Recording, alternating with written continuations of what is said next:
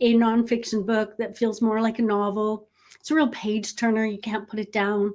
And what if that were no accident?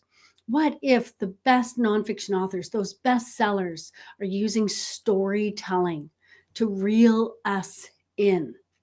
I'm Melody Ann. This is Author Nation. And today we're diving into two examples. We're going to be talking about Michelle Obama's Becoming and Bill Bryson's The Body to see exactly how storytelling transforms nonfiction from just another book to a page turner. Let's start with Becoming by Michelle Obama. And here we're going to talk about the personal power of storytelling, the power of personal storytelling. So she's written a memoir, obviously. So of course it's a story, but it goes deeper than that. It's just not a story.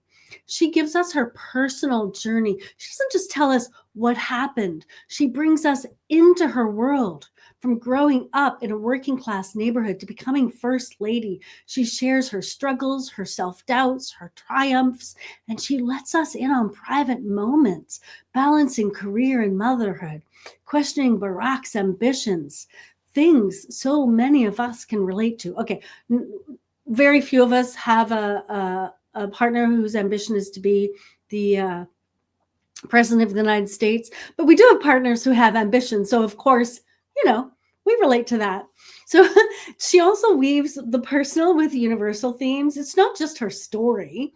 It's about race and gender, leadership, resilience. She masterfully blends the personal and the political, making her journey feel like a reflection of something bigger.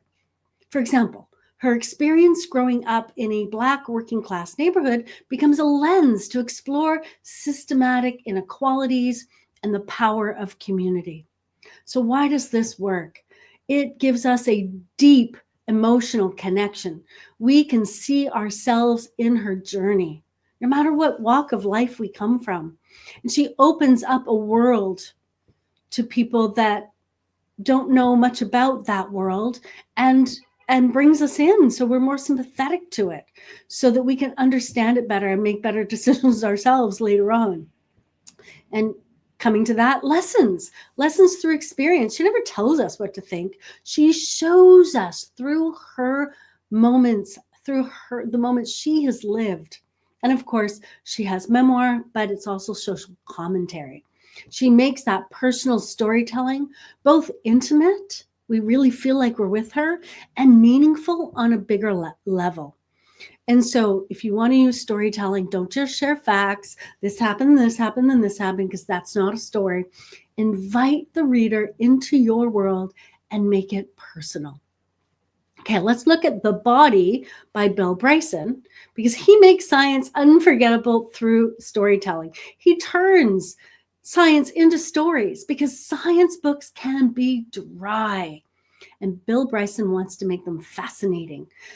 He uses story to do that. Instead of just explaining anesthesia, he tells this wild history of how it was discovered.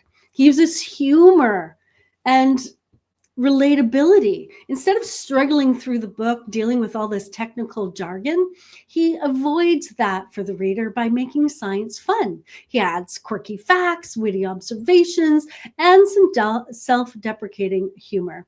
So he keeps us, his readers, entertained while we learn. And of course, he humanizes the content. He reminds us that science isn't just numbers and theories, it's people. He tells the stories of doctors and researchers and even in everyday individuals that have been affected by medical discoveries.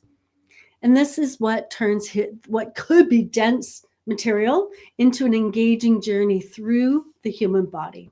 And it works because he turns complex topics into digestible, engaging narratives. He makes technical information feel personal and relatable, and he uses humor to keep us, his readers, hooked. So if you're writing about a complex topic, don't just list facts, tell human stories. 3 key takeaways for you. Blend personal with the universal, like Michelle Obama does. Share your experience in ways that resonate with readers. Humanize complex topics like Bill Bryson. bring technical or abstract ideas to life with stories. And of course, engage your readers emotionally. Storytelling isn't about informing, it's about making your reader feel something. And if you want to make your book as engaging as these, let's work on your storytelling together. You can book a story evaluation and a coaching session. The link will be in the description. And until then, have a great day.